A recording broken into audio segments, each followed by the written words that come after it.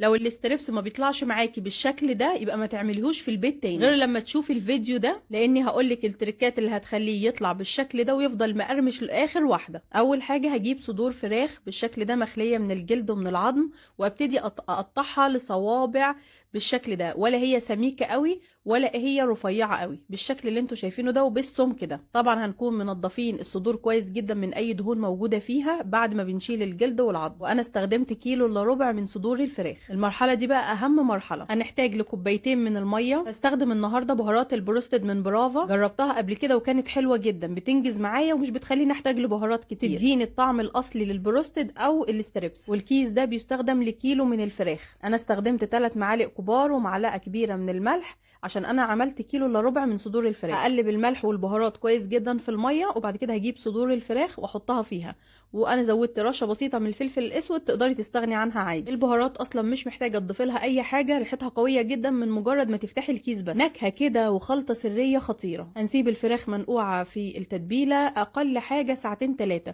ويا سلام لو عملتيها من قبلها بالليل. وللكفر الخارجي هنحتاج 3 كوبايات من الدقيق، عليهم معلقه كبيره من النشا، معلقه كبيره من بهارات البروستد بتاعه برافا، ونص معلقه صغيره من الملح. هنطلع قطع الفراخ من الخلطه بتاعه التتبيله ونحطها في الدقيق بالشكل ده. هنطلع كمان كل كميه الفراخ ونحطها كده على جنب، عشان الميه اللي كان فيها التتبيله دي هنستخدمها برضو. هنحط فيها تلج، وبعد كده هنقلب الفراخ في الدقيق، وبعد كده هنرجع نرجعها تاني في نفس الخليط اللي كانت منقوعه فيه.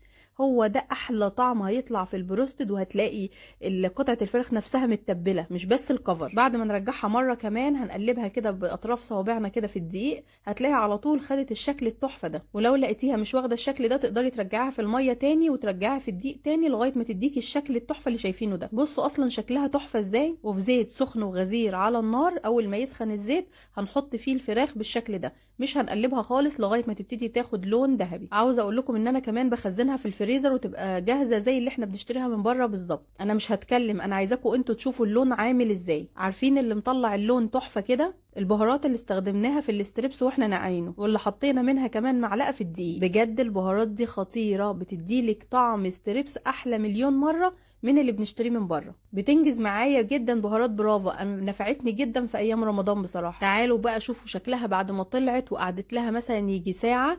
عايزه اقول لكم مقرمشه جدا من بره، واللون خطير زي ما انتم شايفين كده. عايزه اقول لكم بقى تحفه، لازم تجربوها. ده كفايه النظافه والتوفير. شايفين كميه قد ايه طلعوا من كيلو الا ربع من الفراخ؟ مش هقدر امنع نفسي اني اشكر الكيس ده ان هو طلع لي الاستريبس التحفه ده. وللناس اللي بتسال هو بيتباع فين، موجود في كل السوبر ماركت، وموجود على امازون ونون وطلبات. وبألف هنا، لازم تجربوه. الفراخ مش هقدر امنع نفسي اني اشكر الكيس ده ان هو طلع لي الاستريبس التحفه ده. وللناس اللي بتسال هو بيتباع فين، موجود في كل السوبر ماركت، وموجود على امازون ونون وطلبات. وبألف هنا، لازم تجربوه.